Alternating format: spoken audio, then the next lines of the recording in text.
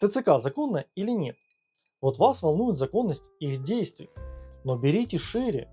Что если я вам назову конкретные действующие буквы закона, которые, вдумайтесь, подтверждают, что за последние 30 лет независимости абсолютно все действующие законы могут быть незаконны. І абсолютно всі президенти України своїми діями совершали акт повалення конституційного ладу и державности України.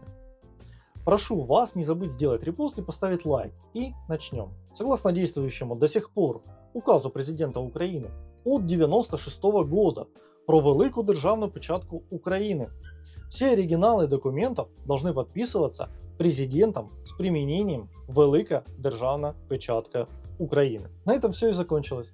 Ее по сути никто и никогда не видел.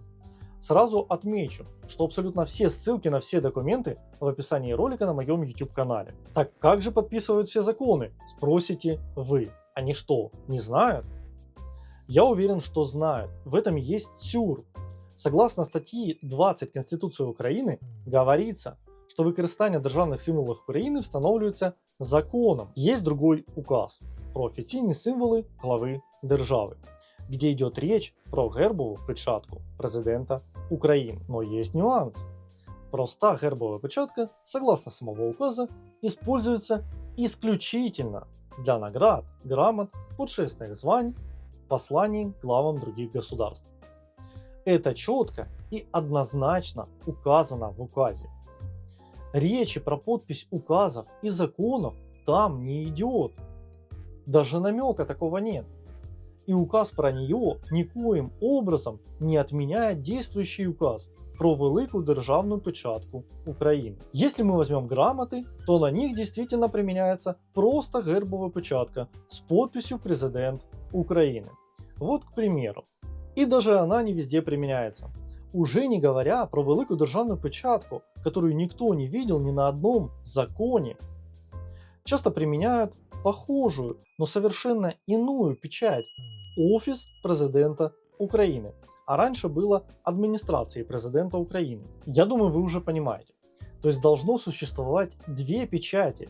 Велика державна печатка для указов и законов. И гербовая печатка для грамот. Потому что в законах и указах существуют только они две. Больше никаких. Поэтому перейдем к последнему сюру и далее перейдем к примерам законов. Существует указ про офис президента, где четко указано, що він опрацьовує і подає на підпис президентові України проекти указів і розпоряджень президента України, інших документів. Юмор в том, что просто не существует в законе никакой печати офиса президента, которая стоит на законах. Не существует ни ее полномочий для заверения документов, ни прав на это у самого офиса. В указе про офис президента этого нет. И в статье 4, пунктах 5 и 9 даже делается акцент на том, что офис лишь подает на подпись президенту и публикует подписанное, но не подписывает документы и не ставит печать, тем более несуществующую. А теперь десерт.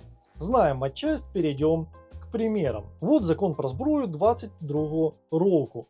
На нем стоит печатка для грамот. Ну или вот именно закон про правовий режим воєнного стану з печаткою для грамот. А уже тут указ про продовження воєнного стану с несуществующей ни в одном законе печатью офиса президента. Итак, у Зеленского сплошь и рядом несуществующие печати или печати для грамот стоят на законах. Но это не только у него.